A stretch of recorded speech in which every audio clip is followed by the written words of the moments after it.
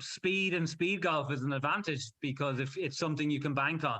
My first ever round of golf playing with the Hogan Holster, I had a hole-in-one and I was totally untrained and I pushed myself within an hour of death, and you can see it etched into my face. Speed golf, baby. Let's go.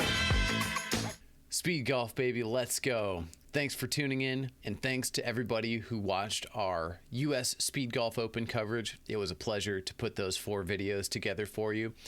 And right now, we're on to the World Championships, baby. But first, a quick departure. You're about to hear an interview with Rob Hogan. Chris Hundhausen, the professor of speed golf, tracked Rob down at his home in Ireland. You're going to hear how Rob approaches the game mentally and physically. You're also going to hear him peer into the future of speed golf. You'll notice that he is very optimistic about what we can achieve in this sport, and I love that optimistic point of view. Now, anytime you have a conversation with somebody across the globe, there's going to be delay in the call, and this was no exception. That delay sometimes caused Rob and Chris to talk over each other. Now, I edited the conversation to try to make it sound as natural as possible, but if you notice any awkward sounding cuts, you can blame those on me, not on them. Please enjoy this conversation with Rob Hogan, arriving at your ears in 3, 2, 1. Very happy to have the world's hottest speed golfer for an exclusive interview on Speed Golf Baby. We reach you at a point where you've just completed an incredible streak of 4 national tournament victories. And I'm talking about the Irish Speedgolf Open, September 5 and 6, the British closely thereafter, September 10 and 11, the French Speedgolf Open, September 17th and 18th, and then finally just a week ago, the US Speedgolf Championship, October 15th and 16th. To my knowledge, no one has accomplished such a streak of 4 consecutive victories at national championships. How does it feel, speed golf, Rob? Just fantastic fun. The events in Europe where we did 3 in a row. We did 3 in 2 weeks, 3 2-day events in 2 weeks. So it's the European tour. I know you were there for 2 of those events. It was so fun. I mean, as you can attest to, just the fun with buddies, the golf course is set up for speed golf. It was all of those events where there was serious competition, yet it was all lighthearted, and it was just, amazing fun. And then to get over to Missouri, I've never been to Missouri, and such an interesting trip. And it was a little bit of a different avenue to the victory, because in the 3 European events, I'd slept on the leads, and going into the final round in Missouri, I was 4 behind and I was in 4th position. And I just got into a fantastic frame of mind going into the final round. And I got it, Scott is always talking about shooting 59, and I really got onto that trip, and I wanted to shoot 59. A kind of a knock-on effect of that is I was thinking to myself on what day was it? Was it a Saturday and Sunday event? Was it a Saturday and Sunday event? On Saturday night, I was thinking, fine, 29. So 29 was my target in Missouri, and I went out as hard as I could, and it paid off. To be honest with you, at the end of the event, I was so kind of happy that I pushed myself fully and totally emptied the tank, that I was ready to see the result, whether it was a win, a loss, or a draw. So to be honest, when I saw that I was first, I really felt really happy and emotional, to be fair. Yeah, I can just imagine the feeling of triumph after that comeback. And so I'm just wondering, given your recent streak of success, and I will get to each individual tournament. I want you to break down each of these tournaments. I've got some statistics for you to kind of help discuss what happened for you. But what do you attribute your recent success to? Are you doing anything differently in how you're approaching the game or how you're playing the game? Are you training differently? What do you think it is? I think that speed and speed golf is an advantage because if it's something you can bank on. Speed won't go up or down as much as the golf score will. If you can run 35 minutes playing very well, if you don't play well, that time is probably still going to be 37 minutes. So you're able to bank on a fast score. And obviously there's so many components go into that fast score, which is not just running, but it's, efficiency with which you move the bag around and yourself around in relation to the ball, which is something we talk about a lot. And then another thing we don't quite talk about it so much is your ability to play your standard of golf really quickly. That level of autonomy, which is something that is probably comes with a lot of practice, a lot of golf practice. A misspent youth is preferable. So I take it you hit a lot of shots as a youngster, and that I hit a lot of shots as a kid. Yeah. Yeah, we all read about Ben Hogan's hands bleeding from practicing, and you go out there and you try and hit that many balls, and you become a better golfer. And luckily for me, I believe that gave me a level of autonomy in my golf that is expressed in speed golf. Yeah, I mean, it seems just so automatic for you. And I'll get to that.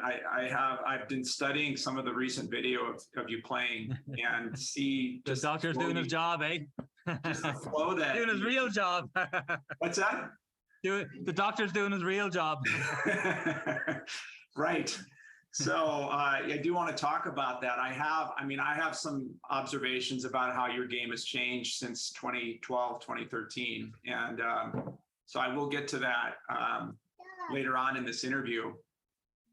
So I want to go now into more depth about this string of tournaments. Now, we'll start actually at the beginning of this year, 2022. I believe your first tournament this year was in New Zealand. Is that correct? I played with you in Sacramento before New Zealand. Oh, Sacramento was before New Zealand. Before New Zealand.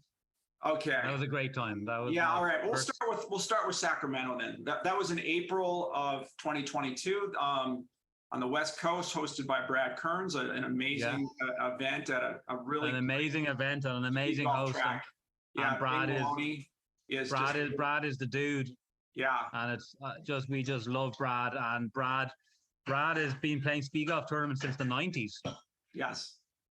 So I mean, lots to say about Brad and his kind of training philosophy, but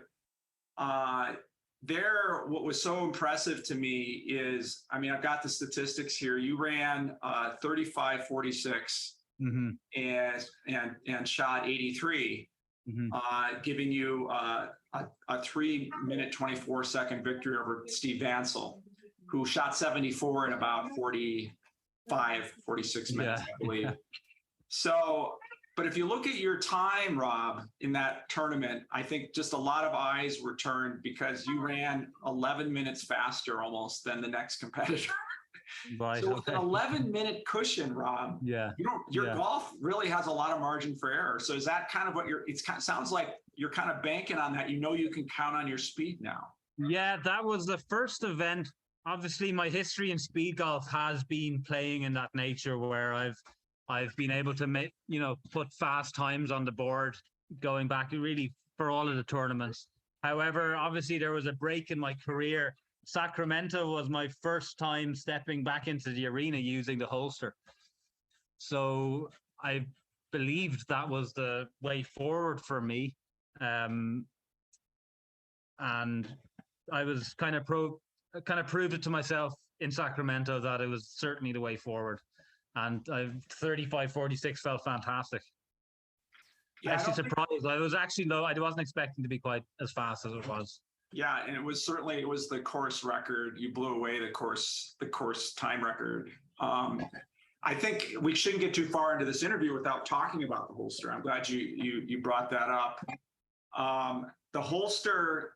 I'm gonna share my screen here to try to get a picture of you with your holster.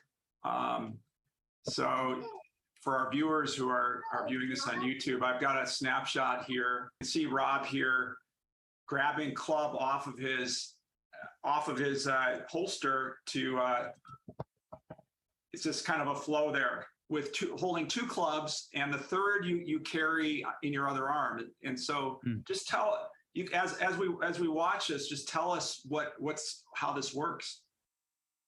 Yeah, so I'll tell you the Hogan holster. Way back in 2014, 2015, we were constantly investigating faster and faster ways to play. And 2012, I started putting one-handed, and that gave me a one-up on the field. And then after a while, everyone was doing that.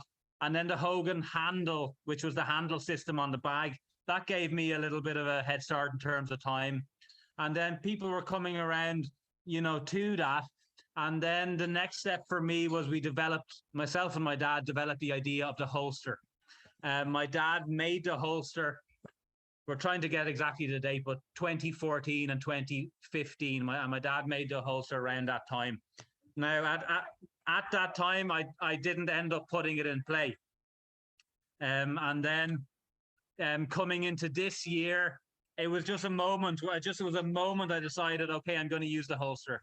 So the holster was at my family home in Dublin, and I brought it down to Offaly where we were staying, and I went out for a practice round with it. Actually, I brought it on the train with me, and I don't know, it was around my belt. Maybe what I told myself, people couldn't take their eyes off it. Maybe they thought I had a gun or something. But it just to me, it's just all I could think of was this thing has an energy. This thing has an energy. And to back that up, my first ever round of golf playing with the Hogan holster, I had a hole-in-one, which was my, as far as I'm aware, my only hole-in-one in tournament or practice. The first time I used it, which was a really nice omen. And then I started practicing with it. Took a little bit of time to kind of start to feel it was really, really working for me. And that's it. We brought it into play this year. Been in my mind, the whole time and all these years. And it was just a moment. It was a moment where I said, now I'm going to use it. So there's another picture of you back when you had, I don't know if that picture has the handle. I was trying to get a picture of the handle. This is on a trip to New Zealand or Australia back in 2015. There's the handle, there's the handle there. And I just left the handle at home, but I've used the handle since 2014 in the Eastern Open in 2014. I used the handle. To me, if you're going to use a bag, the handle is absolutely the way to do it. So maybe you can discuss. So you and your father were partners in developing this technology to make speedgolf faster.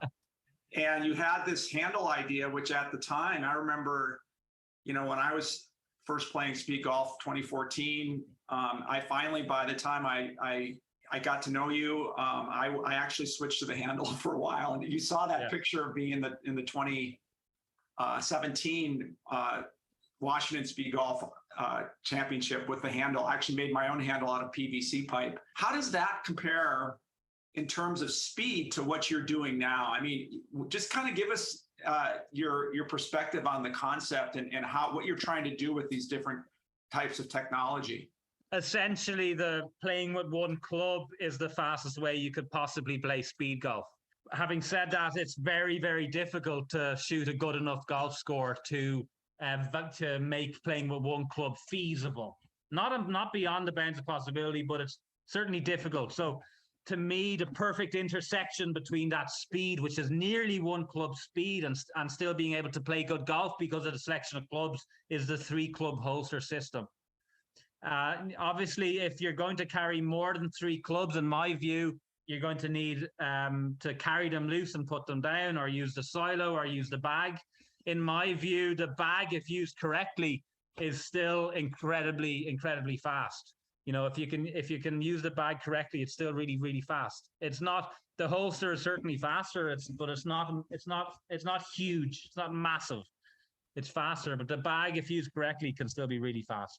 So are there certain things, if you want to still be really fast with a bag, what do you see as kind of optimizing the potential speed and efficiency of the bag? Because a lot of us are still using bags. In my view, having a handle is very important. The Sun Mountain Speedgolf bag is designed with a stand.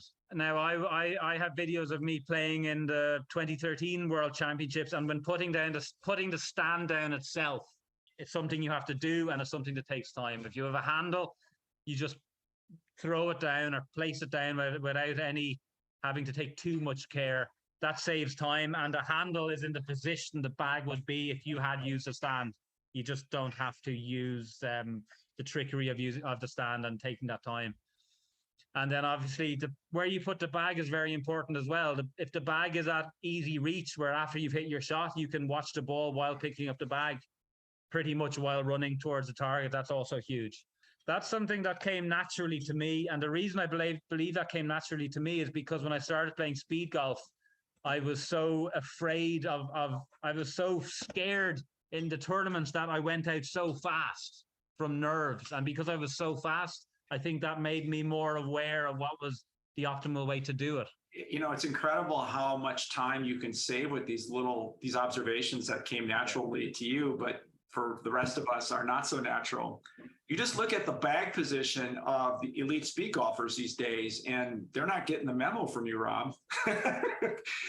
Some are, you know, there's been some improvement, but there's a lot of people who are still making effort to get to their bag before and after their shots and losing valuable seconds. So these are just kind of low-hanging fruit that you can use to, and, you know, over the course of a round, that we're talking about a couple minutes probably. 1 second, 2 seconds, 3 seconds multiplies, as we all know, by hopefully 70 shots, maybe 80 shots.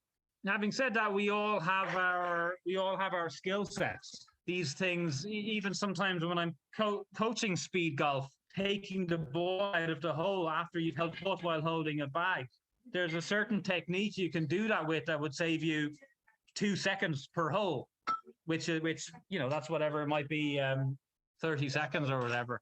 It doesn't come naturally to everybody. Yet some people, it comes naturally to them to hit 300 yards down the middle, and that's an equally important measure in speed golf. So, well, it's a time saver if you're only hitting one shot over 300 yards. You don't have to do any transitioning to get to the over 300 yards. Absolutely, yeah. So we all have our skill sets. My skill set just happens to be trickery with the bag. Right. I would also argue, Rob, that your superpower is your ability to hit good enough to excellent golf shots at a very high heart rate. Yes. I mean, yeah, that's true. That's a talent. I mean, the ability to play with such a high heart rate. I have to say, Chris, you hear a lot of people saying this, and a lot of the time it comes up in a conversation about Olympic biathlon. This idea that just before you take the shot, you must try and bring your heart rate down. And I am absolutely adamant that it's not necessary to do that. When I played in my first Speed Golf World Championships in 2012, albeit that's when I debuted the one-handed putting method, and I decided that on a whim the day before, realizing it was legal to do so. However, if you watch the YouTube video, it was a CBS broadcast. I pushed myself, and I was totally untrained, and I pushed myself within an hour of death, and you can see it etched into my face. And I was totally unable to operate with that heart rate. So I was 3, 4, and 5 putting, because at that time I wasn't able to putt, especially with the high heart rate. So I think the human body can just learn to do that. You just have to keep at it. Yeah, well, I think that dovetails nicely with another topic I wanted to touch on. And we're still only looked at the first of these 5 tournaments. We haven't even gotten to your four tournament streak. But one of the ideas for endurance training and speed golf would fall under this is to not do a lot of high intensity training. Save that for the tournaments. So go out with a heart rate monitor, take 180 minus your age, and religiously keep your heart rate under that threshold. This is an idea Brad Kearns has propagated in his podcasts, Be Rad, and the whole there's a whole movement based on good science that says that you really shouldn't be running over that aerobic threshold except on rare occasions like tournaments. Is that how you train? If Brad says it, follow it, first of all. Secondly, I said, I did say, yeah, correct. I believe having played my first few tournament rounds way too fast, much faster than I should have, stood to me in the long run. However, I do most of my training at a much lower intensity. But I did tell Brad that I fit his model perfectly because I'm simply too lazy to push myself on a day-to-day basis. Not something I've entered any interest in doing. Right. Well, it's something I question. I mean, I don't know how many of us are playing speed golf, on a regular daily basis. I know that on the run up to your initial World Championship run, I heard through the grapevine that when you were in Galway, you used to play every day. So you must have at that point either burned out or figured out something with the heart rate. I was going easy. I was in my. Oh, you were going easy. Yeah. If you're playing speed golf, trying to do this regularly, and you're trying to play every practice round, quickly, that's not going to be good for the body over the long No, well, I could have done it at that time. However, my disposition wouldn't let me because it's hard to push yourself each and every day. Right. And now 10 years on, I know I've tried to do that coming up tournaments where I've pushed it too many days in a row and I've paid for it. So right. It's not an option anymore. So yeah. And that's one thing I've discovered in my own training is, I actually, for those two tournaments that we're going to talk about, the Irish and the British, I was overtrained for those two tournaments because I had been pushing myself.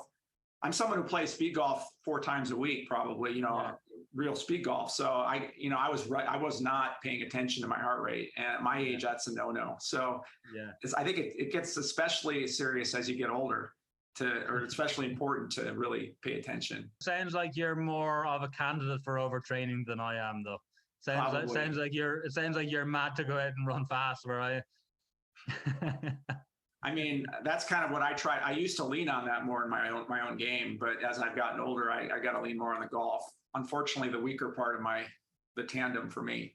I want to move on to the next tournament because this next tournament again was New Zealand, and I understand in talking to you. So New Zealand took place in May. It was at a new track, and it was under 6,000 yards, so it couldn't really be counted in official records, but I understand that it was quite, you said it was quite hilly, but maybe more on the short side on the running. And I just want to make the observation, this was a tournament where the winner actually outran you.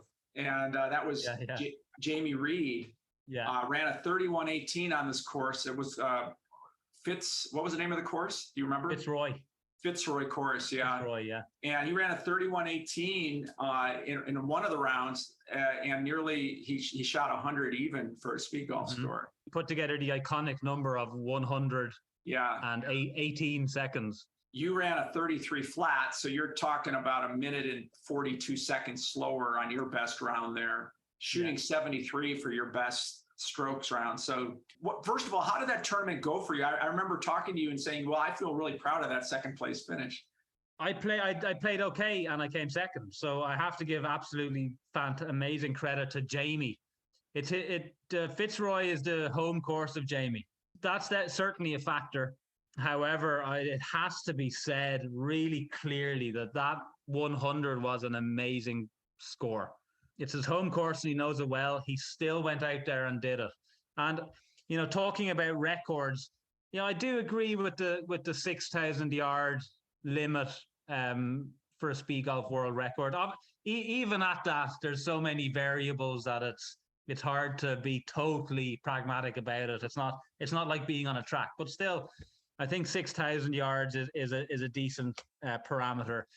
Having said that, we have to celebrate the score Jamie shot of 100 because it was really, really special. And he was there. It was his home crowd. It was his home course, that's an advantage. However, it also brings us pressure. There is a pressure to perform, and he absolutely did it. So, 100% credit to him.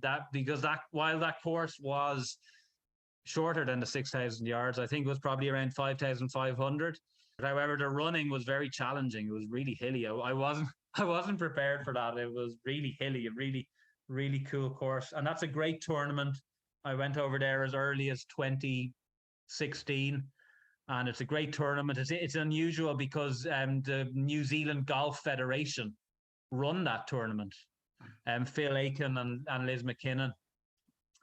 And it's just a cool tournament and a cool scene. And in Fitzroy in particular, there's just a loads of speed golfers that showed up there on a Wednesday evening. There was millions of speed golfers. It was awesome. From my own point of view in that tournament, and this is another thing about the tactics, the grass was kikuyu grass and the greens were very small. So even though I'm pretty good at that point, my 3-club holster system was driver, 8-iron putter. However, I really suffered on that golf course without a wedge because you needed a wedge, because if you couldn't really bump an 8-iron short with the kikuyu grass, it would just stop.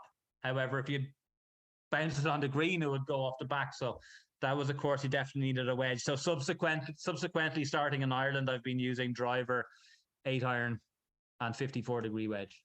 And you're putting with the wedge? Putting with the wedge, yeah. I do believe Jamie does this also. And this was something I had it in my head to try. I didn't use it in New York. My first tournament doing it was Ireland. My first speed golf round putting with a wedge was the Thursday before the tournament. Did it without any practice. I was immediately, it worked well. It's not that, I don't find it not that difficult to put with a wedge. Be surprised. You can putt as well with a wedge as you can with a putter. You don't think you're losing any strokes? I don't have any statistics on the matter. It seems to me I'm putting as well, yeah. Well, the statistics we can show is you shot a 75 at the British. Yeah. Using a wedge, right? Yeah. I think that might be your low round in that four tournament streak. Yeah, and that was par 72 as well. So I think that was par 72, wasn't it? Yeah, it was. Yeah. Yeah, so that was 3 over par. The Fitzroy is par 68, so that would have been 5 over par. The 73 right. Fitzroy. Yeah. Right. Wow, that's really impressive. So, the evolution is you got the handle, and were you playing 5 clubs? 6 clubs. Driver, rescue club, 7-iron, 9-iron, sandwich, putter. That's a lot of clubs, isn't it? When you won in 2016, was it, or 20? You're talking about the World Championships. I won in 2013 and 15. 15. Were you playing with 6 clubs in those championships? I was, yeah. Yeah. And then you kind of took a break from speed golf, from competitive speed golf. I know that. Yeah. And took a stint at a club in Malaysia, I believe. Yeah, I was coaching in Malaysia. Had a great time. Actually, we introduced speed golf to Malaysia. Oh, really? And for, I suppose, 3 years up until when the COVID thing hit, TPC Kuala Lumpur had speed golf operating there 4 mornings a week. Wow. So actually, one thing on my mind is for next year's Speed Golf Open, I want to get a couple of Malaysians playing. So nice. Watch out, guys. We're coming to get you. What I was going to say about the other thing about the New Zealand, I just, for our American listeners who might not know what you meant when you said the New Zealand Federation oversees the tournament, it'd be like the USGA, the United States Golf Association, overseeing our national championship. Exactly. It would be sanctioned by the USGA. Well, they run it. Right, they run it. It's as though it's just a normal USGA or tournament, like a normal golf tournament. Or like it's listed on their website as a championship. Right. And I believe the medal I received is a New Zealand Golf Championship medal. I have to ask this question about you and Jamie Reid as a rivalry, because I know the World Championships are coming up in November, and he's going to be there. So you get another crack at him. Do you think that if he hadn't had the home field advantage, that you could have outrun him? I have to ask that straight up. There's a lot of factors. I've been running really well this summer. He's really fast.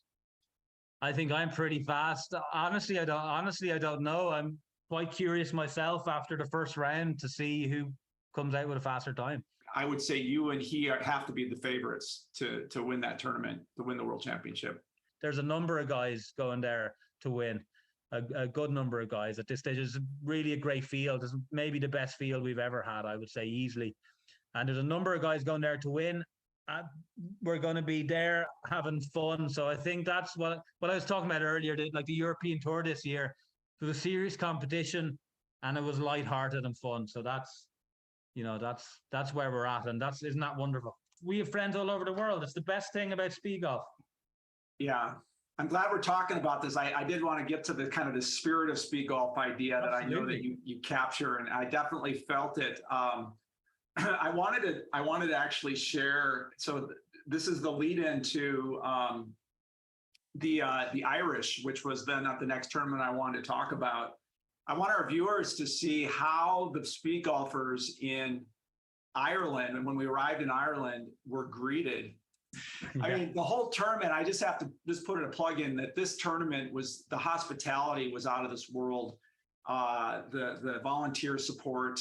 I mean, the scorers who accompanied us treated us like family. And I've never seen scorers want to find balls more than these scorers did. I went my final round without ever losing a ball. I want to talk a little bit about Ireland because, I mean, from my perspective as an international player coming to play there, was just a spectacular speed golf experience. And of course, for you, it was the start of this 4-tournament streak that you've kind of dominated these tournaments. And in terms of the Irish Open, if we look at your statistics, you outran the next player by about 7 minutes and 20 seconds. That's Scott Dolly had actually the second best time over the 2-day tournament. So you ran a 38.58. I had this course clocked over 5 miles of running. In fact, I think I had it clocked at 5.4. It was a long run with some big hills. So this is no easy run course. And you actually broke 39 minutes your second day, which again was just jaw dropping. So can you tell us a little bit about your experience in this first tournament of your amazing streak? You talk about the tournament in Australia, fantastic help at the golf club. Just members, Desi and Kathleen O'Neill, and just Marion and Jeff, the owner, just everyone rode in and made it an really unbelievable event. It was really, my goal was just for everyone to have a great time. And I really, really hope everyone did indeed have a great time. I think they did. And next year, I want you guys all to come back again, and I want you to bring a party with you. So thank you for coming, Chris, and everyone else, and really want to get you back. Well, I would say mission accomplished on the hospitality, and we'll be back if we can, because great. It was a brilliant tournament. So yeah, it was an amazing experience for me too. Yeah. Yeah. So thank you. The Thursday before the tournament, I did a kind of a promotional match against one of the members, Desi, where he started on the 3rd hole and he was in a cart, and we played against them, and I did 39 minutes that day as well, and I was quite shocked that I broke 40 actually, to be honest, but I did. And I hardly thought about the tournament until literally 90 seconds before my tournament round on the first day, because there's so much goes into trying to make the event run reasonably smoothly. So I was talking to that and the other person up to 90 seconds before my tee off time, and so I didn't have any time to feel any of the pressure like that. And went out. I had Blaheen, my daughter, was with me in the buggy, and my good friend Bob, and they kind of really kept me going through the couple of rounds. I actually played really well, and like we all always do, left a few shots out there, and then ran good times, and my scores were solid. You had about a 6-7 stroke victory. If you look at the best time, the best overall round posted, that was Scott Dowley at 119.15 round 2. But what you did that they didn't do is you put 2 solid rounds together, a 119 and a 120. So yeah, that was the start of a great streak. So we go then to the British Championship. So that's this leaderboard here. And I think this was the jaw dropper for me. This was the second day. So just to set the stage a little bit, you want to talk a little bit about this venue that's called the Springs. I think the Springs and Horton Smith and Bing Maloney are 3 golf courses where there's certainly the world record on the course over 6,000 yards is definitely a possibility. Actually, I had it in my head that Horton Smith was slightly more simple than I thought. Horton Smith definitely has its challenges. So having played that course, I would rank Bing, Springs and Horton Smith as courses that definitely have potential for really low scores and world record scores. So Yeah, it's a really good course. Yeah, the Springs is a great course. Sorry to cut across you, Chris. The Springs is a really great fun course. Nice to run. It's a nice golf course, and it was a really good, really enjoyable tournament. And it got great. And the great thing is, it got an amazing promotion. The Pam and Dave who run it have great connections in television. So I've been told by so many people all over the world that my face somehow showed up on their television screens from those guys promoting it. So yeah. So what was really striking to me is that second round where you shot 75. This is your best golf score in this 4 tournament stretch in 34.47. So you actually went lower than this jaw-dropping first round score, and you cut 4 strokes off, and that catapulted you to this large victory of around 8-9 strokes. But interestingly, like the New Zealand tournament, you were not the fastest in that tournament. There was a guy, Jamie Caldwell. You can watch this on YouTube if you want to just see a crazy attempt. This guy he can run a sub 30 10 kilometer, and he went out with one club on the final day. He just decided, I'm going to just try to go for time. And he shot a 106 and 29.32. So this goes down as the fastest speed golf round in a sanctioned tournament in history. So I mean, you hear the legend of Steve Scott, the famed miler, US miler, who ran a 29 something in 95 strokes or whatever it was back in the early 1970s. Yeah. This actually is on a par with that, but in a tournament. I thought I was fast because when I ran, what was it on the second day, 34.47. Yeah, I believe I beat my own record setting Big Maloney on over 6,000, and then Jamie hammered it. To your point that the gold standard of speed is one club. Yeah, 100%. Yeah. Yeah, and if you look at his round, I mean, he's doing losing a lot of strokes on the greens. What this shows is that we are only scratching the surface in a way of where speed golf scoring can go. Scott Dawley played with one club. I'm not sure if you knew this. Scott Dawley played with one club as well as Luke in the second round of the French Speedgolf Open. And Scott managed to shoot 83 using only a 7-iron. So if you can somehow hybridize Scott and Jamie Taylor, well, that 83 would have been, he was hitting it presumably straighter and also less shots, which has time saving in itself. In fact, Scott told me his Strava said he ran a full quarter of a mile less than when he used his 4 or 5 clubs or whatever it was the day before. So that 29.32 could become something. This is crazy. This could become something sub 27. Okay, so we're almost done with this. At least the stretch. I feel like I could talk to you a long time. So the French Open this is where I left Europe and went home, but I wish I hadn't, because we moved on to the French, and you mentioned Nico Ratanen, who was a former world championship in that famous 2018 tournament where he won by 1 second over Jamie Reid. Oh my God, yeah. Wow. Crazy outcome there. In the US Open, it was in the rules that if there's a finish within 5 seconds, that there will be a playoff. I think that's definitely a good way to go. That is, yeah. That's interesting. This tournament, you ended up actually again playing, winning by about 9. I understand this course was, if you look at the times run, you managed a 44.39 your first round, and that ended up being there was someone I think who I have to look here. Luke and Scott used one club in the second round. Yeah, so Luke Willett actually ran a 44.13 in that round.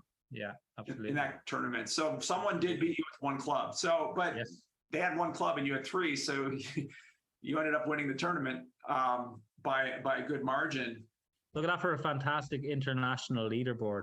The top 6 represented by different countries. What was this tournament like? I've never played in a French speed golf event. Dr. H, next year you got to play the full European Tour because you missed out, my friend. I do. The tournament was unbelievable. The level of organization was really something else. There was a Speed Golf France committee. There was probably 6 or 7 people on it, led by Valérie Texier. And it was just a fantastic event. Again, like I've been saying, everything was taken very seriously. The competition was taken very seriously. Everything was really well organized, and yet it was all done in a lot of fun and with a light heart. So the French Speed Golf tournament was absolutely amazing. The course itself was okay. It was a phenomenal golf course, and there was a great variety of tee lengths. So it could be a monster if it wanted to be, but we weren't off the backs.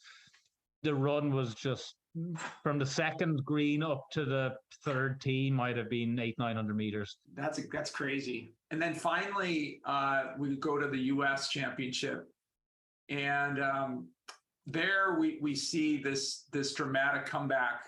We started this interview with the fact that you started this tournament with a 1:16, 35:46. 35:46 was the same time as California.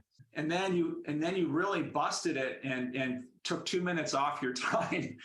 Mm-hmm. You said you left nothing in the tank that second day. Yeah, that's just running faster. The faster I go, the more I seem to be able to get to the golf that's inside me.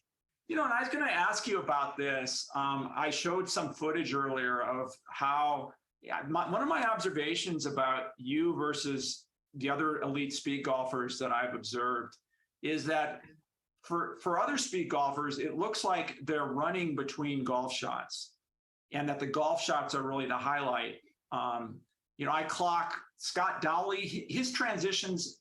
So we have West Cup in around the 6-second range for a transition from the time the bag is up to the time he strikes the ball. And then we have Jason Hawkins. I've also clocked him because these are all people who are featured on Speed Golf Baby. And so I took a clock and I want to figure out what are their transition times. And he's around 6 seconds. And this is to the time he time he drops the bag to the time he strikes the ball. It's about 6 seconds. I get the director, Scott Dowley, higher than that, around 8 seconds. And then I clocked you at pretty consistently around 2 seconds. So you've got a 4-second advantage over, the 2 other US players featured on, for whom I could get video.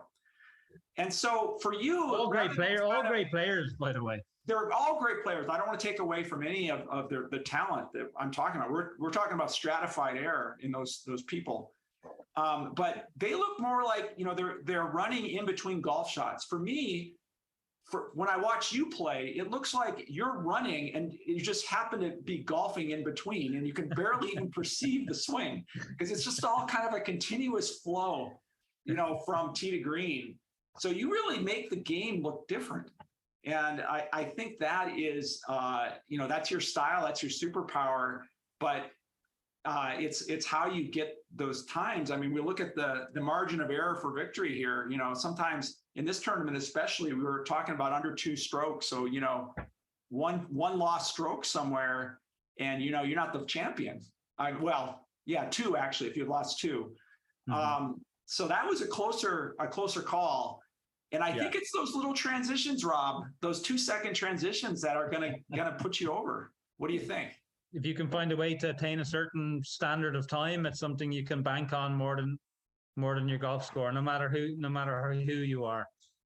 Tiger Woods has gone on record to say that only Mo Norman and Ben Hogan truly own their golf swing and can truly predict what kind of golfer would show up on that any given day.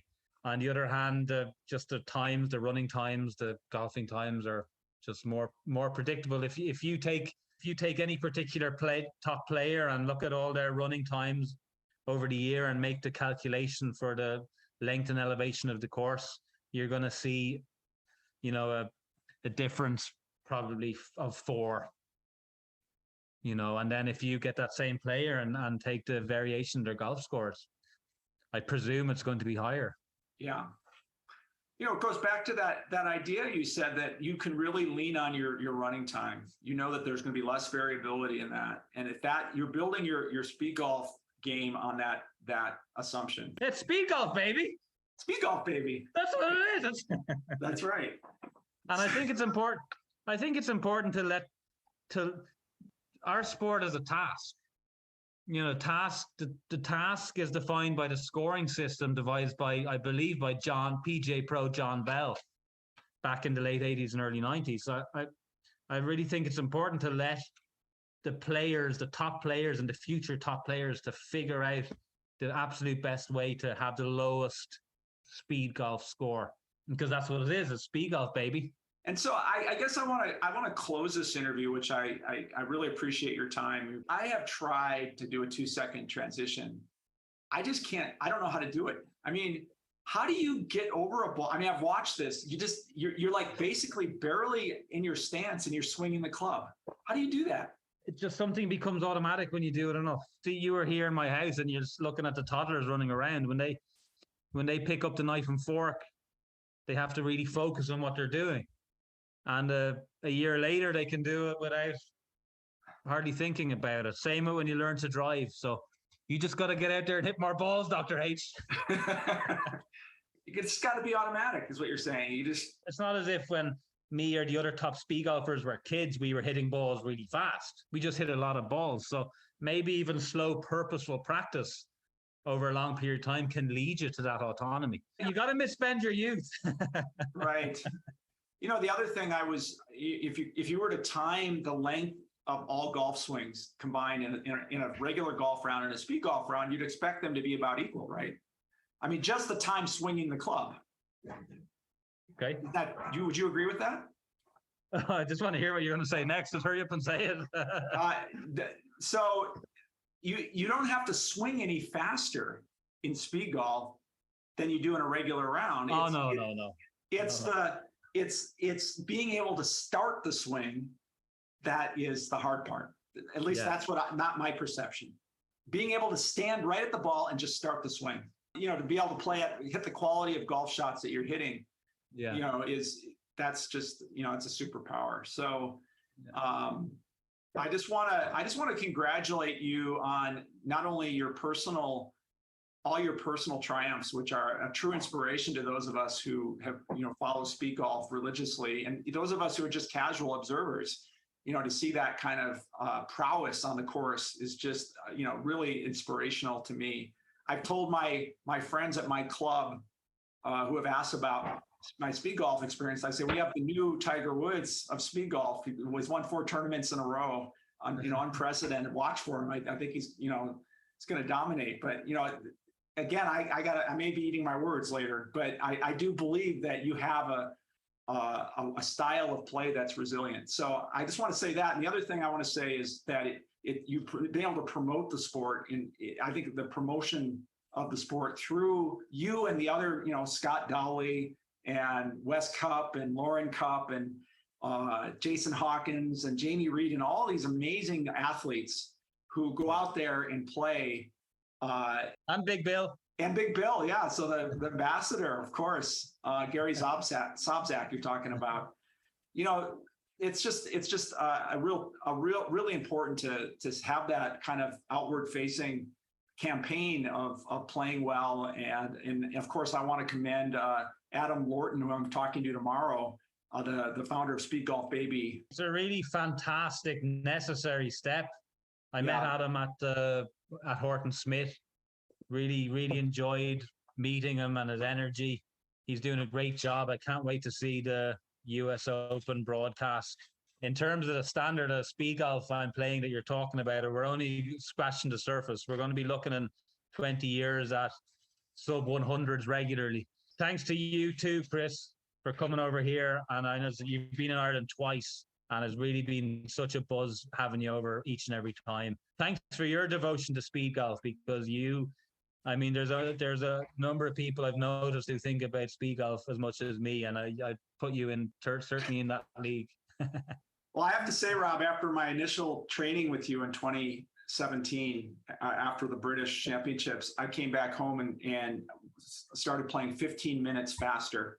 15. That was great to have you over and for you to be open to the crazy information I was giving you. So just to anyone who really wants to play faster, there's, Speedgolf Rob is the person to get as a coach, and he does have private coaching services. How do we get information if we want some coaching from you? Speedgolf Rob on Instagram and simply Speedgolf on TikTok. Yeah, there we go. So Rob, I appreciate you taking over an hour of your evening to speak with the speed golfers of the world. We really appreciate it. All the best to you and your family, and I hope to see you out there real soon on the course. That was Rob Hogan and Chris Hundhausen. Chris, thank you so much for making this interview happen. And Rob, thank you for giving us a glimpse into the mind of the speed golfer who dominated the headlines at the end of 2022. Really appreciate you both. Thanks to everybody who watched or listened to this interview, and stay tuned for the next one. Speed golf, baby. Let's go. Speed golf, baby. Let's go.